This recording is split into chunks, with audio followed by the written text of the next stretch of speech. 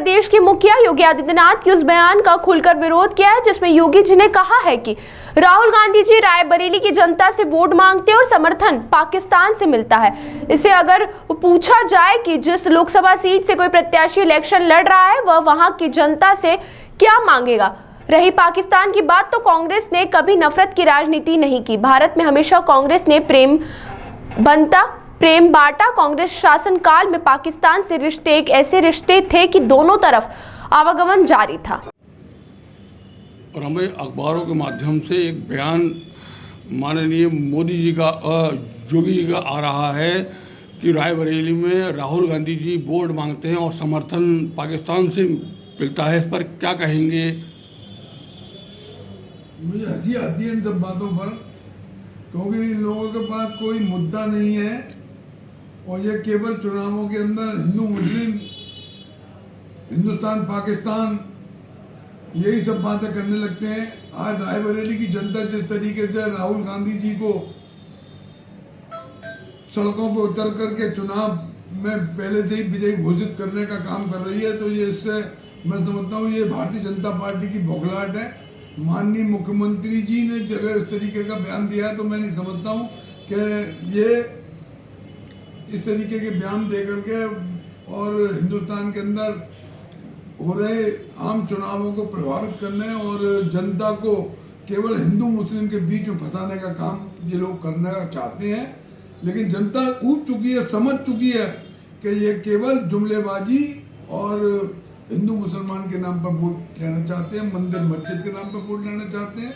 ये बेरोजगारी, महंगाई, अत्याचार महिलाओं पर, नौजवानों को जो रोजगार मिलना चाहिए उस पर, ये किसानों पर, किसानों को न्याय, व्यापारियों को जो जीएसटी जिस तरीके से लगाई, नोटबंदी जिस तरीके से की, इन मुद्दों पर बात करें ना जनता के बीच में जाकर के, तो इनको पता लगे कि किस तरीके से कौन कहाँ से वोट देने की बात कर रहा है, कौन समर्थन कर रहा है।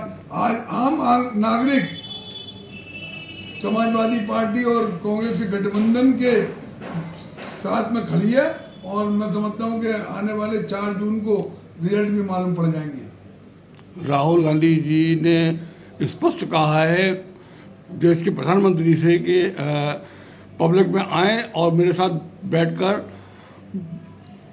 बातें कहें, तो क्या कहेंगे इस पर कि प्रधानमंत्री का जो जुमलेबाजी है वो कहाँ तक सार्थक होगी इस इलेक्शन में?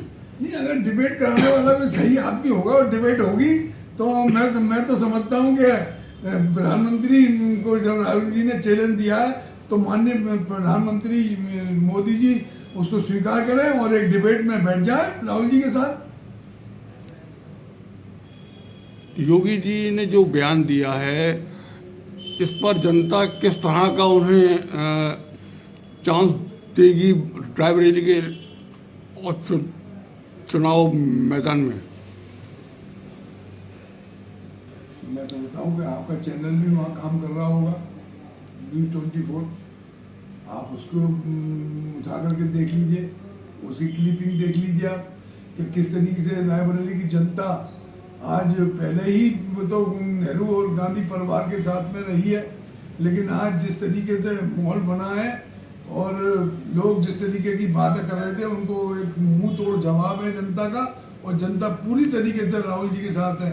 वहाँ राहुल गांधी जी कम, प्रियंका गांधी जिस तरीके से जनता के बीच में है तो उससे जनता बहुत प्रभावित हुई है और मैं समझता हूँ कि भारी बहुमत से राहुल गांधी को चुनाव विजयी बनाकर भेजेंगे। भारतीय जनता पार्टी के नेतागण हमेशा से कांग्रेस पर पलटवार करते हैं, तो क्या कहेंगे इस पर कि इस बार लोकसभा के चुनाव में क्या परिणाम सामने आएगा कांग्रेस का?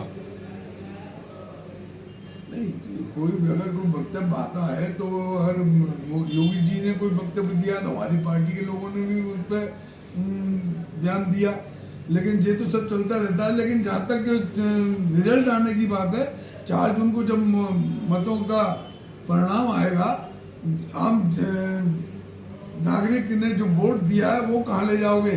वो तो मैं समझता हूँ कि जिस तरीके से जनता वोट दे रही है, तो उससे स्पष्ट है कि कांग्रेस और समाजवादी पार्टी का गठबंधन, आप पार्टी का मिला गठबंधन, एक यूपीए का गठबंधन केंद्र में सरकार बनाने जा रहा है।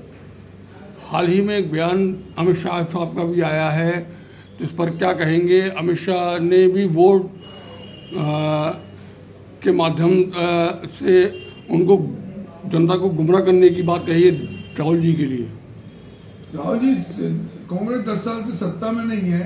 जो सत्ता में बैठे हुए लोग हैं, जो 10 साल से जुमलेबाजी कर रहे हैं, लोगों को सरकारी तंत्र के माध्यम से परेशान किया जा रहा है, नेताओं को जेल भेजने का काम किया जा रहा है, पार्टियों को खरीदने का काम किया जा रहा है, लोगों बनी हुई सरकारों को गिराने का काम किया जा रहा है।